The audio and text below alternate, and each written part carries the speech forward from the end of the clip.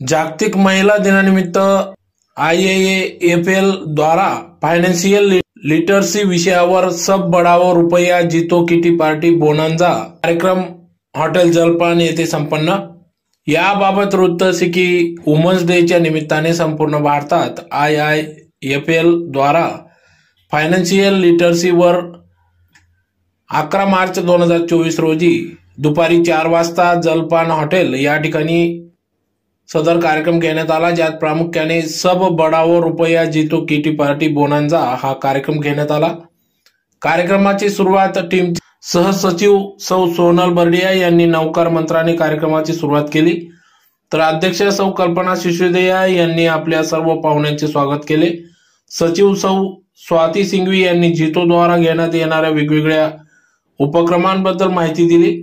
जीतोच्या उपाध्यक्ष सौ मानसी मोथा यांनी IIFL कंपनी बद्दल माहिती दिली, तर सहसचिव सौ दीपाली साबत्रा यांनी आजच्या कार्यक्रमाचे सन्माननीय वक्ता फायनान्शियल ॲडवायझर श्री क्षितिज छाजेड यांचा परिचय करून दिला। उपाध्यक्ष सौ श्वेता बापना यांनी आभार प्रदर्शन केले, तर यावेळी खजिनदार सौ पूजा बन्साली यांनी सर्व टेक्निकल विषयी काम सांभाळले। आजच्या या कार्यक्रमांमध्ये IIFL ची पूर्ण टीम आणि आजचे वक्ता यांनी मिळून अतिशय उत्तमरित्या या ठिकाणी मार्गदर्शन केले। त्यांच्या सरळ भाषेत आणि वेगवेगळ्या पद्धतीने mutual funds, SIP, stock market, gold loan, real estate, FD इत्यादी विषयांवर प्रखर असे मार्गदर्शन केले, माहिती दिली। आपल्या पैशांना केव्हा कुठे कसे गुंतवायचे असे श्रोत्यांना समजावून सांगितले, तर जीवनात वेगवेगळ्या आव्हानास कसे सामोरे जावे हे देखील त्यांनी या कार्यक्रमाप्रसंगी सांगितले। तर फायनान्सच्या 3 गोष्टी विशेष म्हणजे या फायनान्सच्या खास 3 गोष्टींबद्दल या ठिकाणी मार्गदर्शन करण्यात आले, ज्यात प्रामुख्याने सेफ्टी, लिक्विडिटी, ग्रोथ अशा प्रकारच्या फायनान्स विषयी भरपूर अशी माहिती या ठिकाणी या कार्यक्रमाप्रसंगी देण्यात आली। तर या कार्यक्रमात 100 ते 150हून सदस्य महिला वर्ग या ठिकाणी मोठ्या संख्येने उपस्थित होत्या, तर या सर्वांनी या कार्यक्रमाचा पुरेपूर फायदा घेतला। त्यानंतर जीतो टीमच्या वतीने अल्पोपहार व्यवस्था करण्यात आली होती।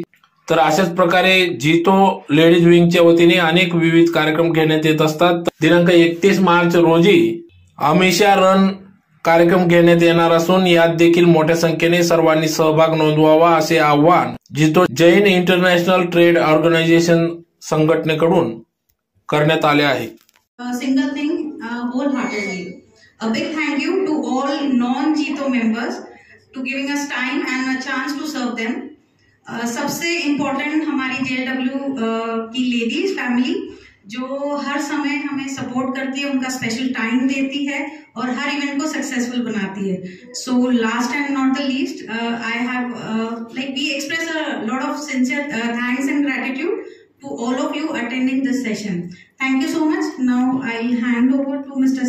इस फील्ड का ये मुझसे भी ज्यादा है, तो हम 2 वे सेशन रखेंगे, इसको कम्युनिकेटिव रखेंगे, जिससे कुछ नॉलेज या कुछ टॉपिक जो आप लोग ऑलरेडी प्रैक्टिस कर रहे हो, बस मैं आपको वो दिखाना चाहता हूँ कि फाइनेंशियल वर्ल्ड में भी आप जो कर रहे हो वही होता है।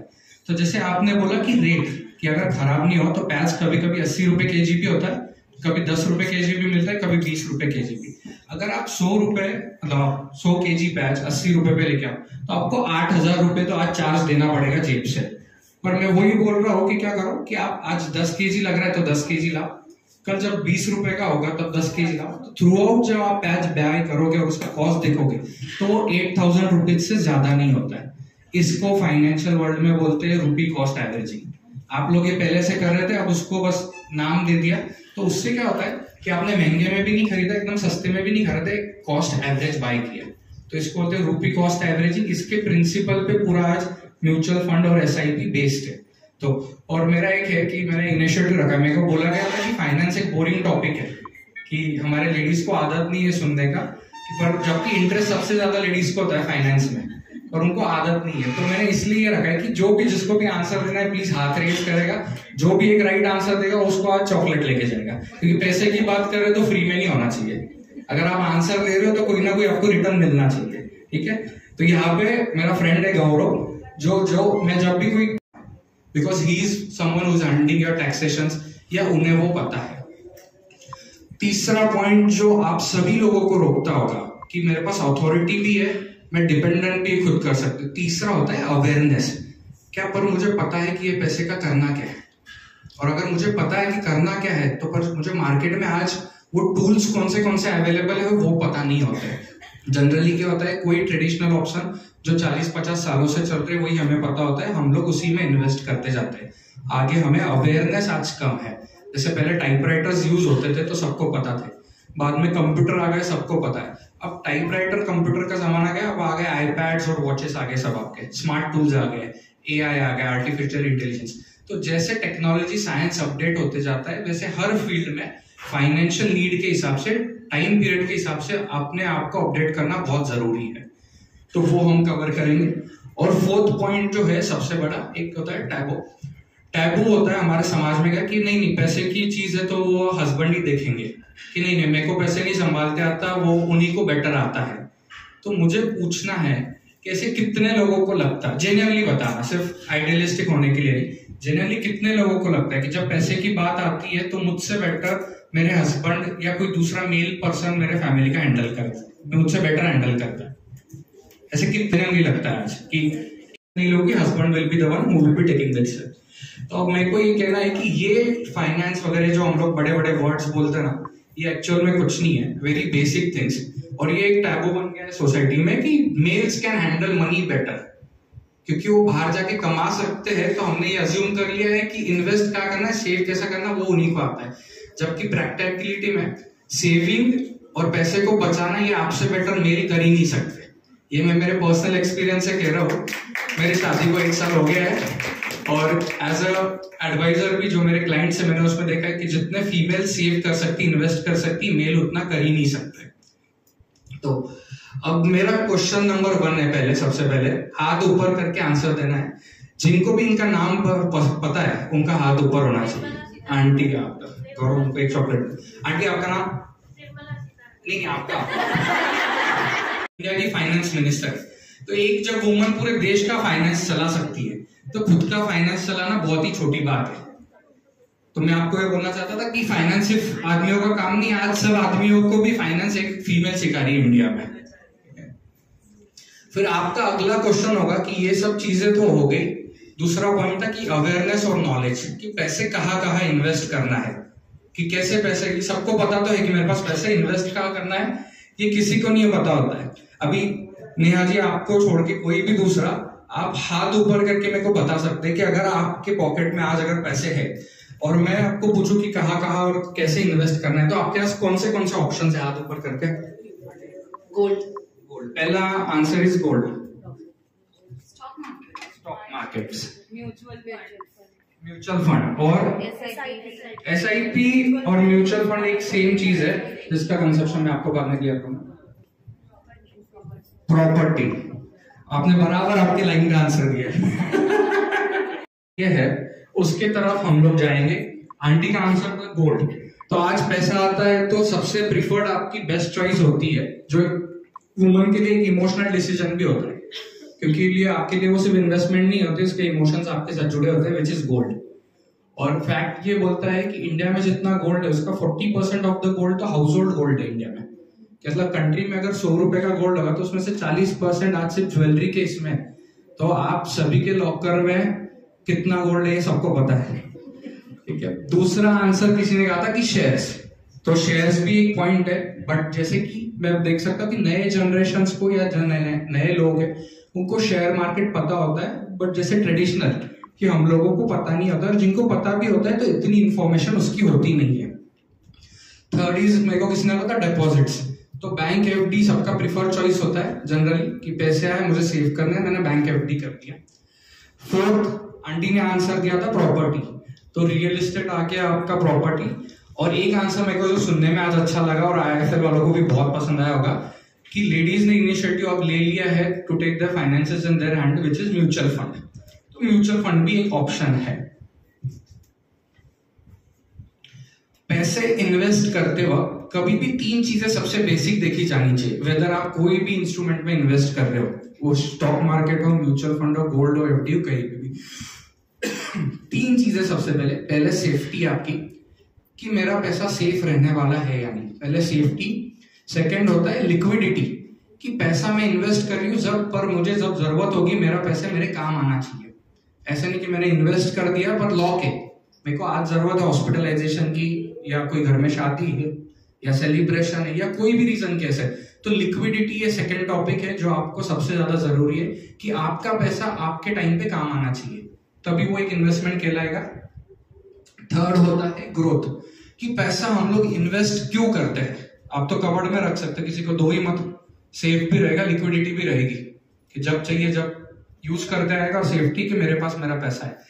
हम लोग पैसा इसलिए इन्वेस्ट करते हैं कि उसके रिटर्न्स आने चाहिए, यील्ड मिलना चाहिए। जैसे एफडी करते हैं तो उसका इंटरेस्ट आता है। तो ये तीन चीजें हैं जिसके वजह से कोई भी फाइनेंशियल डिसीजन, कोई भी टूल को आप अगर जज करो तो पहले तीन प्रिंसिपल लगा लेंगे, ये लाइफ में हर टाइम आपको काम आएंगे, सेफ्टी, लिक्विडिटी और ग्रोथ। कि कोई भी जब डिसीजन लेते हो तो ये तीन चीजों पे उसको जज करना, क्या मैं डिसीजन ले रही हूँ जो वो सेफ है, जो मैं पैसा डाल रही हूँ वो लिक्विड होने वाला है, जब मुझे लगेगा तब भी अवेलेबल होगा।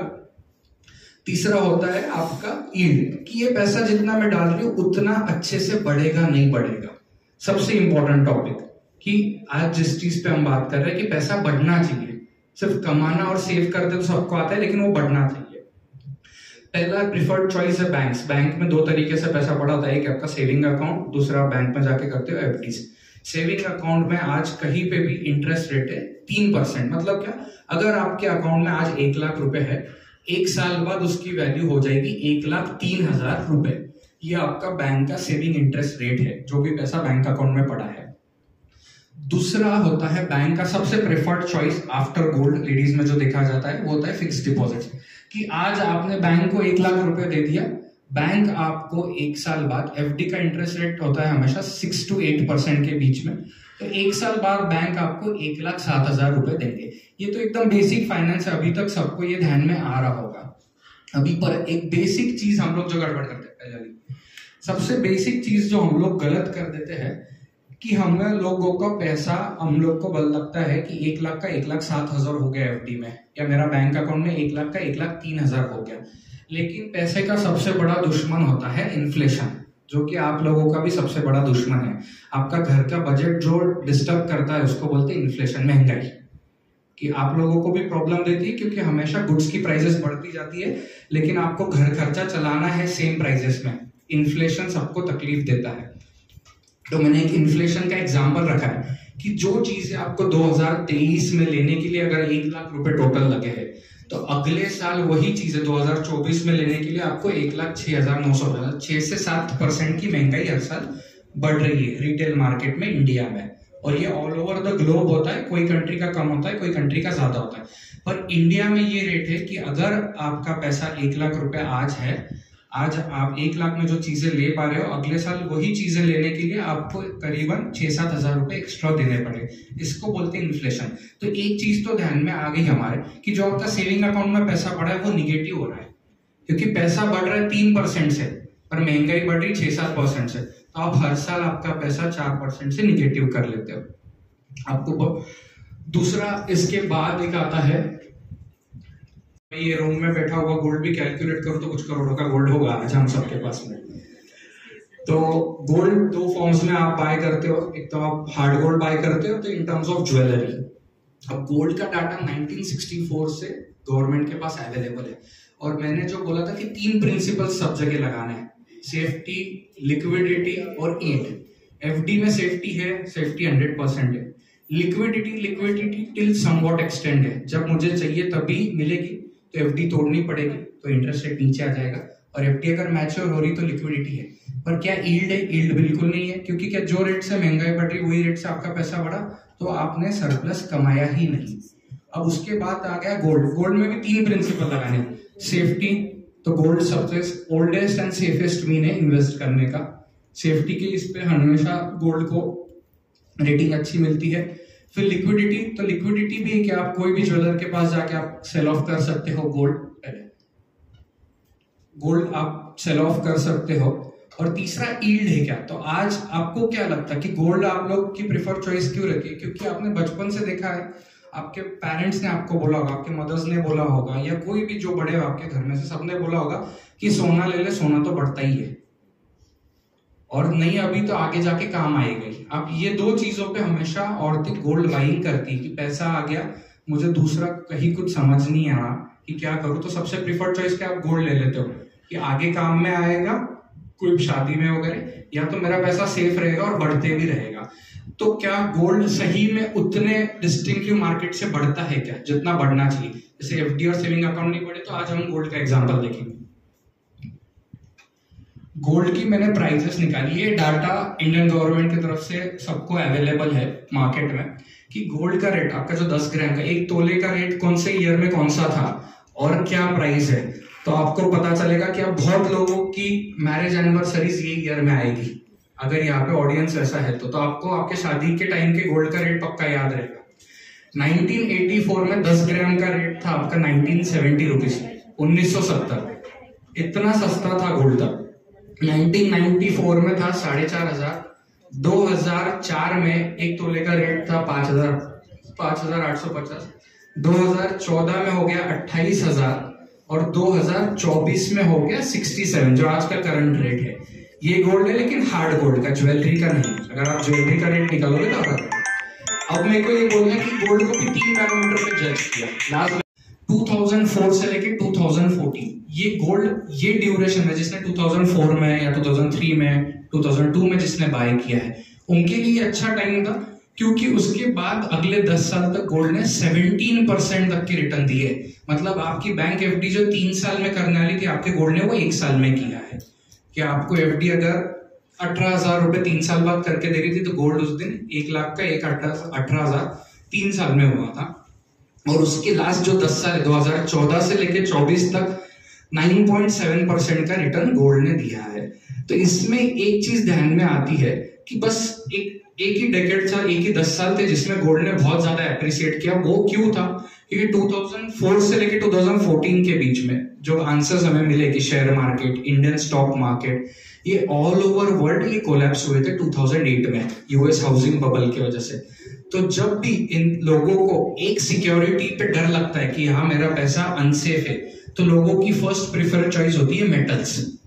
तो लोगों को जब भी डर लगता है तो लोग मेटल्स बाय करते हैं।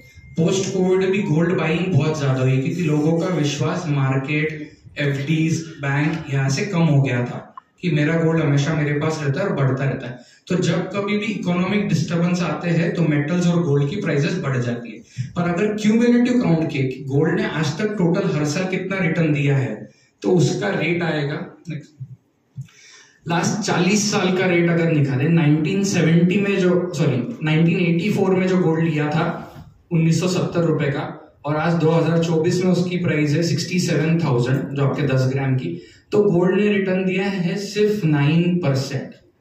9% is the only rate of return जो आपने गोल्ड दिया आपकी एफडी से, सिर्फ 3% ज्यादा। और उसके लिए आपको क्या करना पड़ा है? उसको संभालना पड़ा है, उसके लिए लॉकर लेना पड़ा है, हमेशा उसका ध्यान रखना पड़ा है, इसमें से टैक्स माइनस हुआ नहीं है। ये सब चीजें अगर हम कैलकुलेट करें तो ये return will be less than 8% जो गोल्ड हमें आज ऑफर करता है। सर ने मेरे पूछा था एक क्वेश्चन कि गोल्ड आप फिजिकली होल्ड मत करो, बॉन्ड्स में होल्ड करो। तो वो भी एक टॉपिक होता है एसजीबी, कि आप पेपर फॉर्म में भी गोल्ड होल्ड कर सकते हो और जब चाहिए बेच सकते हो। तो उसे संभालने की झंझट नहीं होती है और रिस्क भी नहीं होती है। नेक्स्ट, रियल एस्टेट आंसर दिया था आंटी ने कि प्रॉपर्टी आप बाय कर सकते हो कभी भी, कि प्रॉपर्टी लेके रख दो। तो प्रॉपर्टी को भी 3 चीजों पे जज करेंगे। सबसे पहले सेफ्टी, तो प्रॉपर्टी सेफ है, आपकी लैंड कहीं पे कोई लेके नहीं जाने वाला है। 2 ही केसेस हो सकते हैं, तो लैंड की प्राइस बढ़ेगी या तो कम होगी। कम होने के चांसेस बहुत कम होते हैं, लैंड धीरे धीरे एप्रिसिएट ही होते रहता है। तो सेफ्टी है, तो लैंड में सेफ्टी बहुत ज्यादा है, बाकी इंस्ट्रूमेंट के कंपेयर में सेफ्टी ज्यादा है।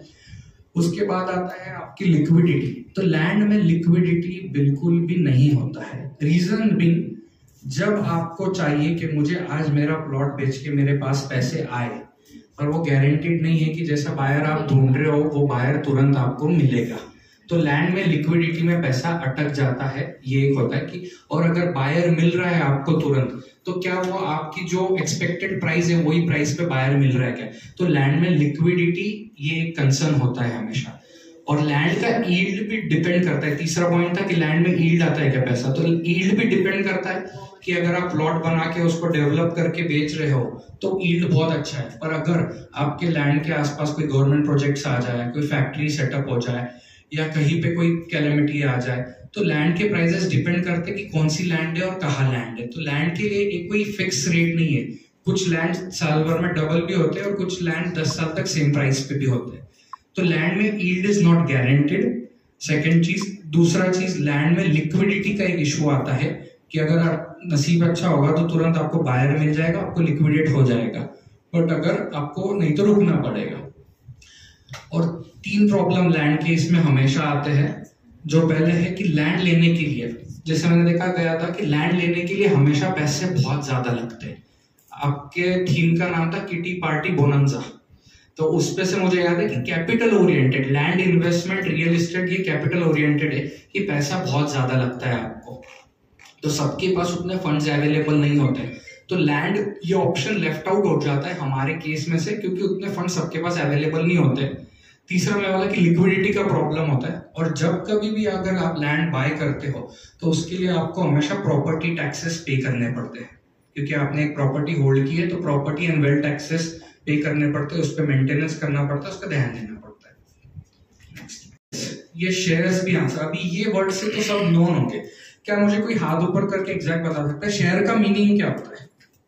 कोई भी हाथ ऊपर करके कि शेयर ये वर्ड का मीनिंग क्या है? शेयर्स का मतलब होता है कभी कोई कंपनी अपना बिजनेस चालू करते हैं तो वो पब्लिकली देते हैं कि आप उसमें पैसे इन्वेस्ट करो। अभी नहीं हुआ पब्लिक तो वो अपने प्राइवेट प्रेफरेंस शेयर्स है या डिबेंचर्स है, वो एंगल से पैसे मांगता है। Okay, correct. आंटी ने बहुत करूंगा। शेयर का वर्ड का मीनिंग होता है, एग्जैक्ट लिटरल मीनिंग लिया जाता है हिस्सा, कि मेरा उसमें शेयर है। अपन शेयरिंग करेगा, रोटी आधी आधी शेयर कर, हिस्सा। तो शेयर का एग्जैक्ट वर्ड है हिस्सा। तो शेयर्स का मीनिंग क्या होता है? जैसे आंटी ने बोला कि कोई भी कंपनी जब पब्लिक जाती है, कोई भी किसी को फैक्ट्री लगानी है, किसी को बिजनेस अपना एक्सपांड करना है, तो गवर्नमेंट वो कंपनी को, मैं ज्यादा इनडेप्थ नहीं जाऊंगा, मैं आपको ओवरऑल एक रफ दूंगा कि कोई भी कंपनी को गवर्नमेंट अलाउ करती है कि आप लोगों से पैसा ले सकते हो और आपका बिजनेस स्टार्ट कर सकते हो। तो लोगों ने आपकी कंपनी में पैसा डाला, मतलब लोगों का आपकी कंपनी में हिस्सा हो गया, मतलब लोगों ने आपके शेयर्स लिए। तो ये शेयर्स जो वर्ड है, टर्मिनोलॉजी वहां से आती है कि मेरे कंपनी के शेयर्स है। तो बोलते थे न्यूज में सुनते ना, राकेश झुनझुनवाला के पास टाटा के 5% शेयर है, मतलब टाटा की जितनी कंपनी है, जितनी वैल्यू है आज, उसमें 5% हिस्सा राकेश झुनझुनवाला का है। या आप जैसे बोलते हो ना कि पिज्जा होता है, आप पिज्जा की शेयरिंग करते हो, 8 पीसेस आते हैं, 2 पीस मेरे, तो 8 में से 2 पीस आपके हो गए, तो 25% ऑफ द शेयर आपके पास है वो पिज्जा के। तो इसको शेयर्स बोलते हैं। कोई भी कंपनी में आप वो पैसा वो कंपनी को दे रहे हो ताकि वो कंपनी वो पैसा यूटिलाइज करके अपने ऑपरेशंस को बढ़ा सके, कैपिटल को बढ़ा सके, अपने डेट्स क्लियर कर सके, तो उसको बोलते हैं शेयर्स। नेक्स्ट, प्रीवियस, ये स्लाइड तो आ गया लेकिन मेरे को पता नहीं, भी 2 कंपनीज ऐसे हैं जो शेयर मार्केट पे लिस्टेड है। दूल्हे में से 2 कंपनीज है जिनको गवर्नमेंट ने परमिशन दिया है कि वो उनका आईपीओ लाके लोगों से पैसा लेके वो कंपनीज रन कर सकते हैं। तो कोई भी वापस हाथ ऊपर करके वो आंसर देना चाहेगा? नीतिराज एंड तेजराज, ये सही आंसर था। एक नीतिराज जो वेइंग स्केल्स और अदर इंजीनियरिंग इक्विपमेंट्स बनाती है, बतवाल सर की जो कंपनी है, हम सब लोग उन्हें जानते हैं, तो उनकी कंपनी भी इंडियन स्टॉक मार्केट पे आज लिस्टेड है, नीतिराज इंडस्ट्रीज। और दूसरा है तेजनाक्ष हेल्थ केयर, तो साकरी रोड पे हॉस्पिटल है हमारे डॉक्टर का, जो यूरोलॉजिस्ट है आशीष पाटिल सर, तो उनकी भी ये कंपनी। आप बोलोगे हॉस्पिटल कैसे कंपनी बनता है, तो हॉस्पिटल के भी जो ऑपरेशंस होते हैं वो आज स्टॉक मार्केट पे लिस्टेड है। They are listed as a entity जो उनके प्रॉफिट्स दिखाते हैं कि अगर उनको उनका हॉस्पिटल के ऑपरेशंस बढ़ाने हैं या कहीं दूसरी जगह पे स्टार्ट करने हैं तो पब्लिक से पैसा ले सकते हैं फॉर दैट थिंग। तो आज एसएमई के अंडर वो रजिस्टर्ड है और उनकी भी कंपनी स्टॉक मार्केट पे। कैसे फायदे में, कैसे 3 चीजों पे इसको जज करेंगे। पहला, सबसे पहले सेफ्टी। तो स्टॉक मार्केट में सेफ्टी, हाँ आपके पास शेयर्स रहने वाले हैं, लेकिन क्या वो सेफ इन्वेस्टमेंट है नहीं है ये हमें पता नहीं, अभी हम सीखेंगे आगे। लिक्विडिटी, तो 100% लिक्विडिटी है, एक दिन में आपका पैसा आपके अकाउंट में आ जाता है शेयर्स का। और तीसरा, यील्ड। तो यील्ड भी अब हम समझने की कोशिश करेंगे स्टॉक मार्केट। जैसे मैंने लैंड क्या बोला कि कुछ लैंड बहुत अच्छे अप्रिशिएट होते हैं, कुछ लैंड अप्रिशिएट नहीं होंगे, तो सेम इज विद शेयर्स। तो मैंने यहाँ पे कुछ एग्जांपल्स दिए कि धीरूभाई अंबानी, ये सबको पता है, इंडिया के बिगेस्ट बिजनेसमैन थे। उनके दो बेटे, मुकेश अंबानी, अनिल अंबानी। सब मुकेश अंबानी का सक्सेस जानते हैं, अनिल अंबानी का सक्सेस कोई नहीं जानता। तो कुछ रीजंस ऐसे थे कि जैसे आपको बोल दो कि रिलायंस बहुत अच्छी कंपनी, सबको पता है कि पैसा लगाना ही चाहिए इंडिया के ग्रोथ में। तो रिलायंस पावर करके एक शेयर आया था अर्ली 2008 में, 2007 में। तो अगर रिलायंस पावर में आप देखते कि धीरूभाई ने इतनी अच्छी कंपनी बना ली, तो अपने पैसे भी बड़े होने ही वाले, तो शेयर मार्केट में पैसा लगा दो। बट वो सबके लिए सही नहीं होता है। अगर 1 लाख रुपए 2008 में आपने रिलायंस पावर में इन्वेस्ट किए थे, कि 1 लाख रुपए के आप शेयर्स लेते रिलायंस से, आज उसका वैल्यू सिर्फ 5,000 रुपए है। तो आपके पैसे बढ़े तो नहीं, एप्रिसिएट भी नहीं हुए, सेफ भी नहीं रहे, लेकिन वैल्यू नीचे आ गया। वही रिलायंस इंडस्ट्रीज जो मुकेश अंबानी के अंडर थी, वो हेड कर रहे थे। अगर वही आप 2002 में उसमें 1 लाख रुपए डालते तो आज उसकी वैल्यू है 50 लाख के करीब। नेक्स्ट, ये बैट्समैन को तो सब जानते हैं। मेरे को एक क्वेश्चन है, अभी हाथ ऊपर करके आंसर देना वापस। ये बैट्समैन के बैट का स्टिकर मैंने छुपा दिया, क्या इसके स्टिकर की स्टोरी किसको पता है कि बैट पे कौन सा स्टिकर? सर आपने, रेफरी गेम नहीं खेल सकते। बैट, सचिन के हाथ में बैट है, बैट पे कौन सा स्टिकर होता है? जो भी हाथ ऊपर करके जवाब देगा। MRF। Okay, MRF is the right answer. तो सबको सचिन की सक्सेस स्टोरी पता है कि सचिन तेंदुलकर के अपने लाइफ में कितना सक्सेस अचीव किया, लेकिन इसके बैट पे जो स्टिकर लगाता था उसका क्या हुआ, ये किसी को पता है? तो चलो आप वो देखते हैं हम लोग क्या हुआ। MRF में अगर आपने 1999 was the best year for Sachin in his sports career. क्या ये सेंचुरीज थी, हर ब्रांड, हर टीवी जब भी हम लगाते थे सचिन सचिन, सब जगह सचिन देखते थे, और सचिन आउट होने के बाद हम लोग टीवी बंद कर देते थे। तो MRF ये कंपनी है मद्रास रबर फैक्ट्री, जो रबर बनाती, टायर्स बनाते।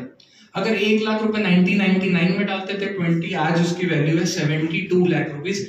हर साल 18% से आपका पैसा कंपाउंड होते गया है। ये है MRF की स्टोरी। जो आपकी FD 6-7%, बैंक 3%, MRF ने 18% से कंपाउंड किया है। और तब आप लोग उसमें 1 लाख रुपीस इन्वेस्ट करते तो आज वैल्यू 72 लाख रुपीस का होता था। हम लोग सब आज ऑनलाइन पेमेंट्स करते हैं, UPI, गूगल पे वगैरह सब लोग, कि आप लोग कहीं पे भी जाते हो। हम लोग पहले कैश यूज करते थे, आज ऑनलाइन पेमेंट। तो उसी तरह ऑनलाइन पेमेंट के दुनिया में था पेटीएम, सब लोग जानते होंगे कि सबके फोन में आपका ऐप था। पेटीएम को भी गवर्नमेंट ने लाइसेंस 2021 में दिया, 2021 में, कि आप पब्लिक से पैसा ले सकते हो, आपकी कंपनी चला सकते हो। पर पेटीएम में जब किसी ने 2021 में 1 लाख रुपया डाला, आज उसकी वैल्यू 36,000 है या उससे भी कम है।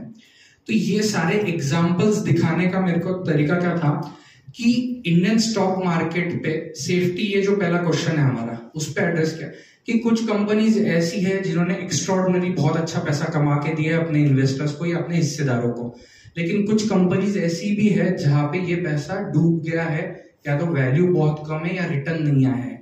तो सेफ्टी के एंगल से स्टॉक मार्केट रिस्की हो जाता है एज ए इंडिविजुअल इन्वेस्टर को, जिसको उसकी समझ नहीं है कि कौन से कंपनी लेनी चाहिए, कौन सी नहीं लेनी चाहिए। और जब समझ भी होती है तो कुछ फैक्टर्स ऐसे होते हैं जो खुद वो कंट्रोल नहीं कर सकता है। कि मैं कोई गाड़ी कंपनी का शेयर ले लूं, मारुति सुजुकी, इंडिया में से 100 गाड़ियों में से 50 उनकी बेची जाती है, तो उसमें डेवलपमेंट ही होगा, तो मैंने वो कंपनी का हिस्सा ले लिया। लेकिन 2018 में निर्मला सीतारमण जी, हमारी फाइनेंस मिनिस्टर, उन्होंने गाड़ियों पे 28% टैक्स लगा दिया, तो मारुति का शेयर सीधा 10,000 से 3,000 आ गया था, आपके 1 लाख के 30,000 हो गए थे। तो ऐसे फैक्टर्स है कि नॉलेज हर पॉइंट पे आपको सही नहीं प्रूव करेगा, कहीं कहीं पे मार्केट के फंडामेंटल्स भी वो शेयर को अफेक्ट करते हैं। तो शेयर मार्केट के लिए 3 प्रिंसिपल, सेफ्टी सब्जेक्टिव है, अगर किस्मत रही तो बहुत अच्छा, नहीं तो डब्बे में गए पैसे। फिर अगली बार से हस्बैंड भी भरोसा नहीं करेगा कि नहीं मेरे पैसे मत लेके जा, या आपके पैसे आप खुद डिसाइड मत करो, मैं ही इन्वेस्ट करूंगा। तो शेयर्स में सेफ्टी का पॉइंट होता है, लिक्विडिटी होती है, और यील्ड नसीब में रहा तो बहुत अच्छा, यील्ड नसीब में नहीं रहा तो यील्ड का। अब पूरे सेमिनार को मैं कंक्लूड करता हूँ लास्ट के 10 मिनट्स में। मैं देख रहा हूँ कुछ लोगों को उबासियां आ रही है ऑलरेडी, तो मैं आपको और बोर नहीं करूंगा, मैं कंक्लूड करूंगा। और एक तो समझ गया, सबको इच्छा तो होती है कि पैसा तो बढ़ाना है, कि शेयर में रिस्क तो लेके देखते, क्या पता अपने भी लाख के 70 लाख हो जाए, नहीं हुए तो लाख के 30 ही सही, किसी को बताएंगे नहीं, घर पे चुप बैठ जाएंगे। जैसे आप लोग चुपचाप आपके फाइनेंसेस चलाते हैं ना, अलग अलग डिब्बे में पैसे रख देते हो, गोल्ड जाके लेके आते हो या किसी के हाथ में दे देते हो। तो उसी तरह हम लोगों को अगर कोई बीमारी हुई तो मैं बोलूंगा दवाई तो मेडिकल पे मिलती है, आप डॉक्टर के पास क्यों जाते हो?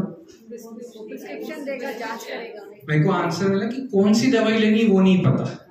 तो सेम शेयर मार्केट्स तो मिलते हैं, शेयर तो आपको बाजार में मिलते हैं, आप जाके ले सकते हो डायरेक्टली, पर कौन सा शेयर मेरे लिए सही है, कौन सा नहीं सही है, मैंने कितना पैसा डालना चाहिए, कितना नहीं डालना। तो शेयर मार्केट, ये जो फील्ड है इंडियन स्टॉक मार्केट, उसके डॉक्टर्स होते हैं म्यूचुअल फंड, जिसके लिए आज हम सब यहाँ पे बैठे हुए हैं, जिनका ये सब अपना जो होता है ना star performer, show topper of the event, तो म्यूचुअल फंड्स। तो इंडिया में अलग अलग 44 म्यूचुअल फंड कंपनीज है, 44 AMCs बोलते हैं। AMC मतलब एसेट मैनेजमेंट कंपनी। हमारा पैसा हमारी एसेट है, हमको पता नहीं कौन से शेयर में डालना है, क्या करना है, हमें नॉलेज नहीं है, हमें रिस्क नहीं लेनी, हमारा पैसा हम आपको दे रहे, आर एसेट, हमारी एसेट आप मैनेज करोगे, इसलिए एसेट मैनेजमेंट कंपनीज। तो ऐसी इंडिया में अलग अलग 44 टाइप्स की अलग अलग कंपनीज है। ये कुछ लोगोस मैंने रखे क्योंकि ये आपको नोन है, कि आपने बहुत जगह देखे होंगे, HDFC, कोटक, UTI, ICICI, ये सब। तो म्यूचुअल फंड्स क्या करता है, एक हम 5 से 6 मिनट में आप समझ लेंगे कि MF क्या है। इजी टू बिगिन है, आपको पैसा कितना डालना है, प्रॉपर्टी जैसे आपके पास 25 लाख की भी जरूरत नहीं है, आपको FD के लिए 2-3 लाख की भी जरूरत नहीं है, आप म्यूचुअल फंड में 50 लाख भी डाल सकते हो या 500 रुपए पर मंथ भी डाल सकते हो। तो एक सबसे पहले इजी है, लो कैपिटल है, नो ब्रेनर है कि मेरे को मेडिकल पे जाके खुद का दिमाग नहीं लगाना है कौन सी दवाई लूं, मैंने मेरे लिए डॉक्टर चूज कर लिया है। तो mutual fund is a doctor of share market, कि वो पर्सन है, जैसे हम लोग हमारे आज पति पे डिसीजन छोड़ देते हैं ना कि आप डिसीजन लो, तो वैसे स्टॉक मार्केट का डॉक्टर है, आपके पति लोग भी म्यूचुअल फंड पे डिसीजन छोड़ते हैं, कि वो भी डॉक्टर के पास जाते हैं पैसे के, when it comes to finances, तो वो म्यूचुअल फंड होता है। नो ब्रेनर है, दिमाग लगाना, फ्लेक्सिबल है काफी, और over the time, for all the time frame, कि 2 साल भी पैसा रखना है तो रख सकते, 6 महीना भी रखना है तो रख सकते, किसी को 20 साल भी रखना है तो रख सकते। सब टाइम फ्रेम के हिसाब से जिसकी जैसी जरूरत वैसे फंड्स आज अवेलेबल है मार्केट में। तो आपको जरूरी नहीं है कि ये फंड लॉन्ग टर्म के लिए ही अच्छा, जब लोग बोलते हैं नहीं यार उसमें ज्यादा रुकना पड़ता। अभी कुछ क्लाइंट्स हमारे दूल्हे में ऐसे भी है जो 10 दिन के लिए पैसे रखते, तो date funds, money market funds होते हैं उनके लिए। कुछ लोगों को अपना रिटायरमेंट भी पूरा प्लान करना है तो उसके लिए अलग फंड होते हैं। तो यहाँ पे जिसकी जैसी जरूरत उसके हिसाब से सब प्लानिंग होती है। नाम तो नहीं आया है लेकिन कोई भी हाथ ऊपर करके बताएगा तो वापस कि 7 वंडर्स ऑफ द वर्ल्ड तो सबको पता है कि ताजमहल होता है, एफिल टावर होता है, पिरामिड्स होते हैं। 8 वंडर ऑफ द वर्ल्ड कौन बताएगा? कोई भी, कि 8वां अजूबा जो दुनिया का बोलते हैं, ये आप सब लोगों ने टेक्स्ट बुक में पढ़ाई की है, 8th स्टैंडर्ड स्कूल के 8th स्टैंडर्ड के सिलेबस में था। कोई भी नहीं। एक सिंपल आपको एक चीज बताता हूं, कंपाउंडिंग ये वर्ड आपने बहुत जगह ने सुना होगा।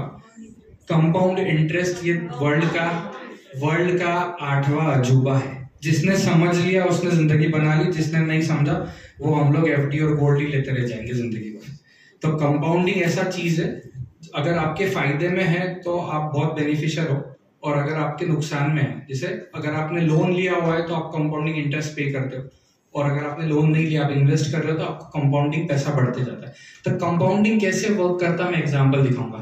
कल अभी जब मेरे को ये प्रोग्राम के लिए बुलाया गया तो मेरे पास स्वाति आंटी और दीपाली आंटी आए थे ऑफिस में, तो मैंने उनके बेसिस पे एक एग्जाम्पल बनाया।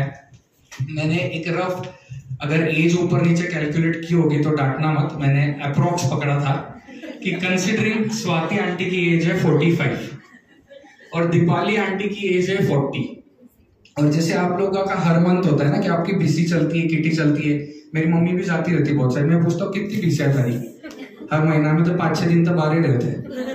तो जैसे आप मंथली, बीसी में क्या होता है, किटी में क्या होता है, आप लोग मंथली आपका पैसा साइड में निकालते हो और जब जरूरत पड़ती है आप यूज करते हो। तो ऑलरेडी जो NBFCs, जो बैंक्स, जो इंटरेस्ट से पैसा घुमा रहे, तो आपने खुद का आपका एक इकोनॉमिक सिस्टम बिठा लिया है। आप लोग सब एक दूसरों की मदद कर रहे हो डिस्सी के एंगल से। कैसे? जब जिसी को पैसा चाहिए होता है वो लेता है, और सबसे अच्छी चीज क्या आपकी बेसिकली, आप 0% इंटरेस्ट पे पैसा वापस करते हो। ये कहीं नहीं होता है।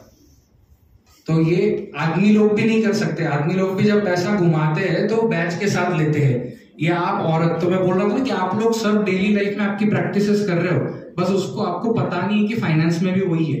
तो आप लोग ऑलरेडी एग्जीक्यूट कर रहे हो बहुत सालों से। तो आप लोग क्या करते हो, मंथली पैसा चाहिए होता है, किसी को देते हो, सब लोग जमा करके बाद में आपके पास 12 महीनों में वो पैसा आता है।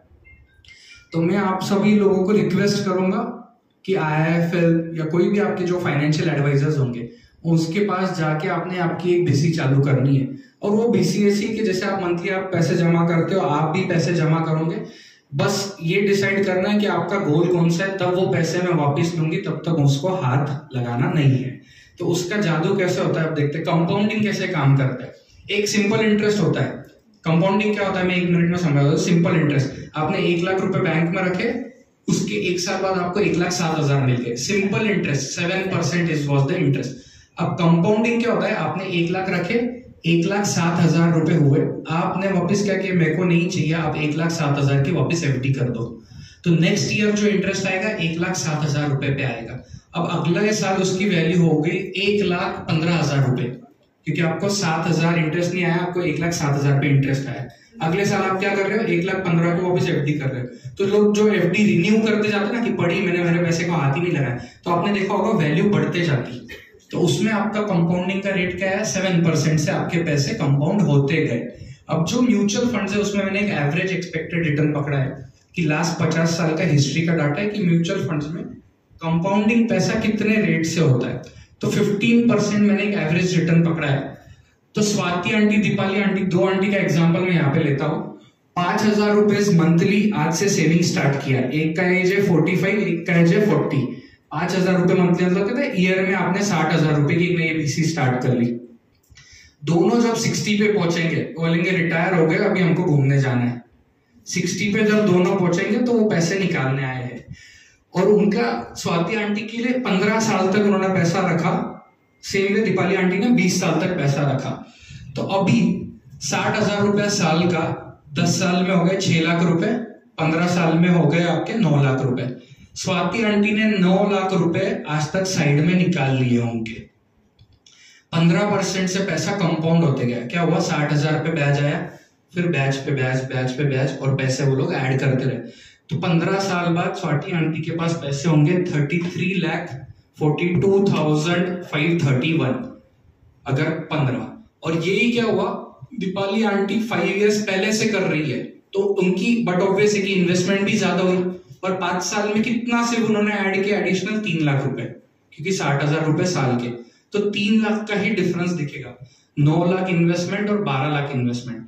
पर जब हम लोग अमाउंट में डिफरेंस देखते हैं, दोनों के अमाउंट में कितना डिफरेंस है, तो यहाँ पे डबल से भी ज्यादा है। 33 लाख का अगर डबल भी कर दो तो 66 होगा, तब भी इनको मिल रहे 74 लाख रुपीस। तो आप बोलोगे ये कैसे पॉसिबल है, 3 ही लाख रुपए तो ज्यादा दिए। ये कंपाउंडिंग है। इसमें मैटर नहीं करता कि आपने पैसे कितने दिए, इसमें मैटर करता कि कितने साल तक आपका पैसा कंपाउंड हुआ है। लोग बोलते हैं ना गोल्ड 9, आप सब लोगों को जब गोल्ड का मैंने PDF यहाँ पे जब स्क्रीनशॉट दिखाया, आप सब लोग देखते रहे, अरे 2,000 रेट था सिर्फ गोल्ड का, तब बहुत ले लेना चाहिए था, और आज 67,000 हो गया गोल्ड का रेट। तो कंपाउंडिंग, लेकिन गोल्ड का क्या है, 9% का ही कंपाउंडिंग आया, तब भी हमको लगता 2,000 के आज 70,000 हो गए। तो म्यूचुअल फंड्स में जो पैसा एक एवरेज कंपाउंडिंग रेट पकड़ा है 15% से भी जाए, तो आप सभी की ये स्टोरी हो सकती है। इसको कोई दिमाग नहीं चाहिए इन्वेस्ट करने के लिए। एज सिंपल एक म्यूचुअल फंड में बस SIP चाहिए। SIP जैसे आप गूगल पे, फोन पे से आप कोई भी पेमेंट करते हो, उतनी इजी है आज म्यूचुअल फंड में SIP करना। SIP क्या होता है, सिस्टमैटिक इन्वेस्टमेंट प्लान, कि हर महीने मैं मेरे साइड में पैसे निकालूंगी मेरे फ्यूचर के लिए, चाहे वो आपका कोई भी गोल हो। और ये दोनों के एज में तो 5 ही साल का डिफरेंस था। एज डिफरेंस 5 साल का ही दूसरा एग्जांपल मैं दिखाऊंगा। लेकिन जब यंग एज में हम लोग ये चीजें चालू कर दें, क्योंकि आज मैं देख रहा हूँ घर की बहुत सारी यहाँ पे मदर्स है, आप लोग यहाँ पे बहुत सारे अपने मॉम्स है, तो आप ही से बच्चे पहले एजुकेट होते हैं, आप ही उनके डॉक्टर हो, आप ही उनके टीचर हो। तो मैं चाहता हूँ आप ही उनके फाइनेंशियल एडवाइजर भी आप ही होने चाहिए, कि वो फाइनेंस किसी दूसरे से क्यों सीखे पहले, जबकि घर में आप सिखा सकते हो। बाकी सब चीजें उसको आप सिखा रहे हो, पर आज जाके आप फाइनेंस भी सिखा सकते हो। तो मैंने 2 कंपैरिजन पकड़े, सेम 5 ही साल का डिफरेंस पकड़ा है दोनों बच्चों में। राम की एज 20,000 रुपए मंथली उनके पेरेंट्स आज से उनके लिए साइड में सेविंग कर रहे हैं, रिटर्न भी दोनों को सेम मिल रहा है, दोनों 60 पे रिटायर हो रहे हैं। अब ये तो पता है कि कहीं पे भी गवर्नमेंट जॉब भी करो, प्राइवेट जॉब भी करो, तो रिटायरमेंट तो सबको होना है। और हमारी कम्युनिटी ऐसी मारवाड़ी जैन कम्युनिटी की अपन कहते हैं अपन तो बिजनेसमैन, कभी रिटायर नहीं हुआ, कि जब तक हाथ पैर चला जब तक काम चलते रही। तो पर अगर आप कोई भी गवर्नमेंट सर्वेंट होते या प्राइवेट होते तो 60 में क्या होता है, कलेक्टर भी है, दूल्हे के आयुक्त भी आज एक वुमन है, वो भी रिटायर होंगे तो गवर्नमेंट क्या करेंगे, उनको शॉल श्रीफल देंगे और जो उनका रिटायरमेंट फंड है 50 लाख 60 लाख देके उनको बाय बाय बोल देंगे कि कल से आपकी सर्विसेज की जरूरत नहीं, आप रिटायर हो चुके हो। तो ऐसे ही आप सभी को रिटायरमेंट आना है कभी ना कभी, सेम आपके बच्चों को भी वो रिटायरमेंट आने वाला है। तो उनके लिए आज से अगर आप रिटायरमेंट का प्लानिंग करो तो सेम एग्जांपल, जब वो 60 तक होगा, राम ने 21 लाख बचा लिए, श्याम ने 24 लाख बचाए, 3 लाख का डिफरेंस है क्योंकि फिर वो 5 साल का डिफरेंस है। बट दोनों की अमाउंट में अगर मैं डिफरेंस देखूं तो इनके अमाउंट में सिर्फ डबल का डिफरेंस था, स्वाति आंटी और दीपाली आंटी के अमाउंट में। पर जब बच्चों के अमाउंट में डिफरेंस देख रहे हो तो 20 टाइम्स से ज्यादा डिफरेंस है, 20 टाइम्स से ज्यादा। किसी के पास 1 रुपया है तो किसी के पास 20 रुपए से ज्यादा है। यहाँ पे वैल्यू सिर्फ 73 लाख रुपीज हुआ है, पर वहां पे अगर मैं कंपेयर करूं वैल्यू तो 15 करोड़ 55 लाख वैल्यू है, जो आप इजीली आपके बच्चे को रिटायरमेंट का फंड आज ही से बना के दे सकते हो कि आप रहो नहीं रहो, बट ये पैसा तो हमेशा रहने वाला है उसके पास में। और 21 लाख का तो गोल्ड आप लोग तो घर के लॉकर में पड़ा रहता है आपके पास में, तो आपको मैं तो बोल रहा हूँ कि 60 साल में 21 लाख जमा करने, वो तो आप ऐसे ही जमा कर दोगे 5-10 साल में। तो ये पावर ऑफ कंपाउंडिंग, ये एग्जाम्पल दोनों दिखाने का क्यों एंगल था कि आपको लगता है 5 साल से डिफरेंस पड़ता है, 5 साल से डिफरेंस तो पड़ता है, लेकिन जितना अर्ली आप स्टार्ट करो, जितना जल्दी, बोलते ना अपने बूढ़े लोगों ने बहुत अच्छे सिखाया, थेम्बे थेम्बे तरे साथे, कि एक एक बूंद से सागर बनता है। तो वो सेम प्रिंसिपल यहाँ पे यूज हुआ है, finance day to day life के प्रिंसिपल्स पे ही बना हुआ है, आपसे अलग नहीं है। जो आप डेली प्रैक्टिस करते हो, धीरे धीरे आप एक्सपर्ट कोई भी चीज में कैसे होता है, डेली प्रैक्टिस करते हो, तो यही आपका पैसा आपके लिए करता है कि यहाँ पे मैटर नहीं किया कितने पैसे इन्वेस्ट किए, लेकिन आपने कितने ड्यूरेशन तक रहे। अब एक कंपैरिजन, 1 लाख रुपए है और मेरे पास 4 ऑप्शंस है कि मैं घर पे कैश में पड़ने दूं, 1 लाख रुपए मैंने कहीं इन्वेस्ट नहीं करने दिए, कपाट या आपके लॉकर में ही पड़े हैं। तो आपका इन्फ्लेशन जो मैंने बोला था, महंगाई सबको याद है, वो 6% की है। तो 10 साल में आपके वो 1 लाख रुपए आप जब निकाल के गिनोगे तो 1 लाख ही होंगे, लेकिन तब बाजार में उसकी वैल्यू सिर्फ 31,000 रह जाएगी। सेम आपके फिक्स डिपॉजिट 1 लाख रुपए के 10 साल बाद डबल भी नहीं कर रहा आपके पैसे, 1,96,000।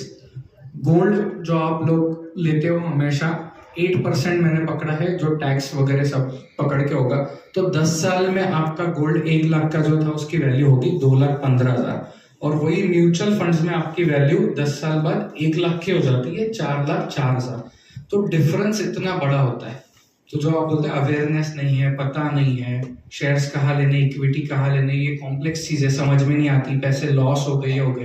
तो जैसे हमने बताया कि स्टॉक मार्केट के डॉक्टर्स आज अवेलेबल है मार्केट में कि आप आपका पैसा म्यूचुअल फंड में लगाओ। उसमें 3 चीजें देखेंगे, सेफ्टी 100% सेफ एंड सिक्योर है, run by government principal, SEBI की उस पर अथॉरिटी बॉडी होती है। लिक्विडिटी, हाँ लिक्विडिटी है, 3 दिन में आपका पैसा बैंक अकाउंट में आता है। और तीसरा ईल्ड। तो इतने देर से मैं बात वही कर रहा था कि ईल्ड, कि मेरा पैसा बढ़ रहा है क्या, तो आज पैसा सबसे ज्यादा जो बढ़ा रहा है वो स्टॉक मार्केट और म्यूचुअल फंड है, तो ईल्ड वहां पे ज्यादा है। तो ये 3 प्रिंसिपल्स पे कोई भी एसेट, आपकी लाइफ का कोई भी आप डिसीजन लो फाइनेंशियल, तो ये 3 चीज पे लेना है, सेफ्टी, लिक्विडिटी और ईल्ड। तो ये 3 पैरामीटर्स पे जब मैं हर चीज को कैलकुलेट करता हूँ तो म्यूचुअल फंड्स, कंपाउंडिंग, SIP ये आपका सबसे अच्छा दोस्त रहेगा फ्यूचर में। Thank you.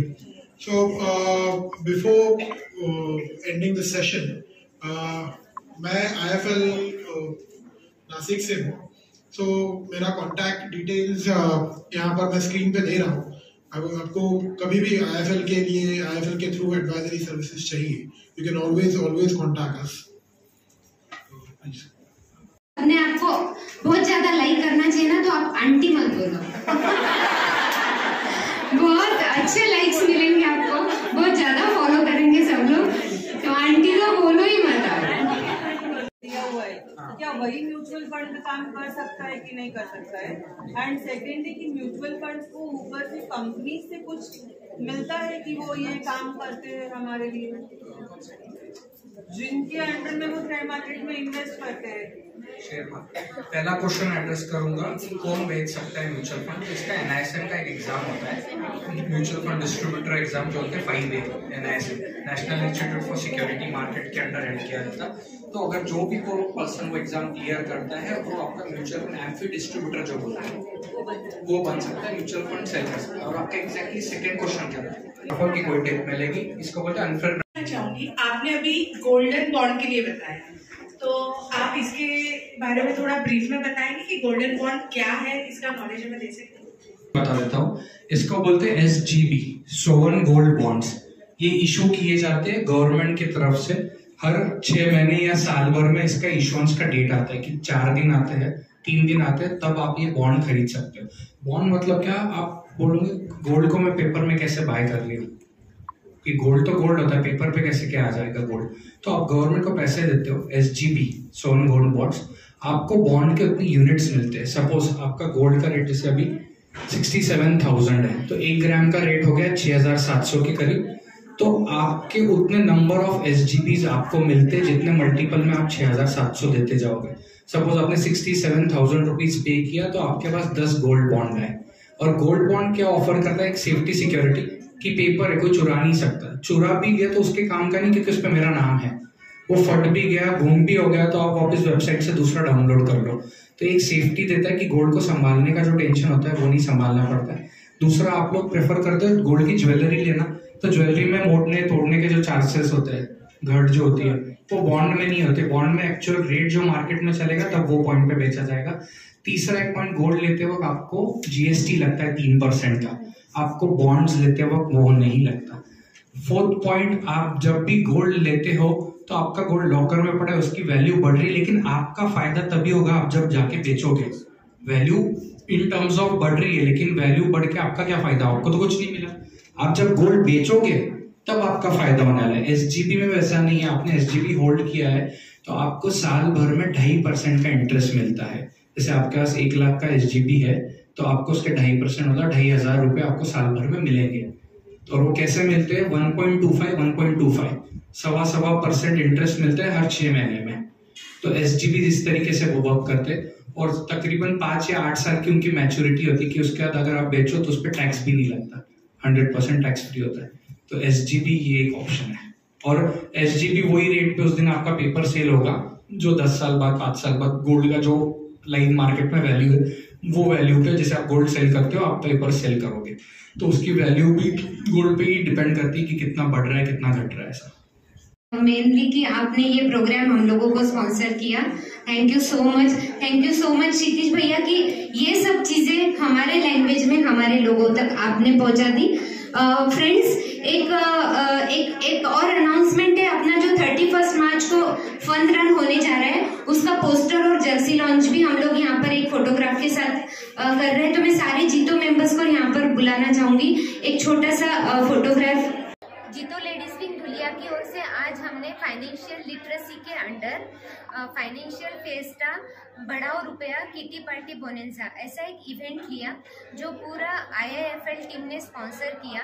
और हम लोगों ने आज इस प्रोग्राम द्वारा फाइनेंशियली लिटरेट कैसे रहना, कैसे इन सब चीज़ों का नॉलेज रखना, जैसे अपने पास जो भी अपनी सेविंग्स है उसको कैसे बढ़ाना, mutual fund, SIP, stock market, ये सभी एक आसान तरीके से, आसान अपनी अपनी लैंग्वेज में आज के हमारे स्पीकर क्षितिज जी छाजड़ जो हमारे बीच आए थे उनके मार्फत हमने सभी को नॉलेज दिया। और आज के हमारे इस प्रोग्राम में करीबन 100 से 110 महिलाओं ने सहभाग लिया और बहुत ही अच्छे तरीके से, शानदार तरीके से हमारा ये प्रोग्राम यहाँ पे हुआ। IIFL टीम को हम लोग भुलिया लेडीज विंग की ओर से बहुत बड़ा धन्यवाद देना चाहेंगे। वैसे ही हमारे जो आज के स्पीकर थे क्षितिज जी छाजेड़, जो खुद एक फाइनेंशियल मार्केटिंग में जो लीगल एडवाइजर है, उनको भी मैं थैंक यू बोलना चाहूंगी। एज वेल एज आने वाले 31 मार्च को हम लोग फन रन लेने जा रहे हैं, जैसे कि बहुत बड़े पैमाने में हमने लास्ट ईयर लिया था अहिंसा रन। इस बार हम लोग 31 मार्च को जो फन रन लेने जा रहे हैं उसका एक फॉर्मल पोस्टर लॉन्च और जर्सी लॉन्च भी हम लोग ने आज किया। तो मैं सभी से अनुरोध करूंगी कि वे भी कृपया इस फन रन में आके हमको ज्वाइन करेंगे। जैसे कि सभी को पता है पूरे धुलेकस को कि लास्ट ईयर जो हमारा 2 अप्रैल को भगवान महावीर जन्म कल्याणक के अवसर पर हमने अहिंसा रन का आयोजन किया था। सभी ने उसको बहुत बहुत बहुत ज्यादा प्रतिसाद दिया था। इस बार हम लोग 31 मार्च को उसी संदेश पे अहिंसा, नॉन वायलेंस और पीस, इनको लेकर एक फन रन का आयोजन किया है। मैं चाहती हूँ कि सभी लोग हमको ज्वाइन करें। किसी को भी इसके रिगार्डिंग कुछ भी करना है, रजिस्ट्रेशन करना है, टीम जीतो लेडीज विंग को कांटेक्ट कीजिए और हमको पूरा सहयोग दीजिए। Thank you so much धुलेकस।